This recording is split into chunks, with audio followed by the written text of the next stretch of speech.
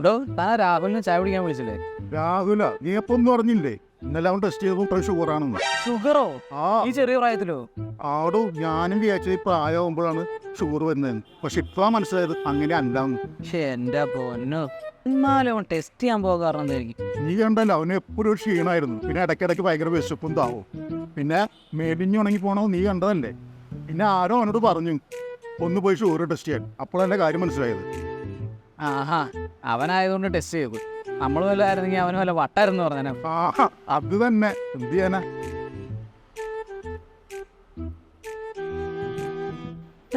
നല്ല ടേസ്റ്റ് ഉണ്ടല്ലേ? കൊള്ളാം അടിപൊളി. മോളെ പറ. ആ ചേട്ടാ 2. അല്ലെങ്കിൽ വേണ്ടല്ലേ?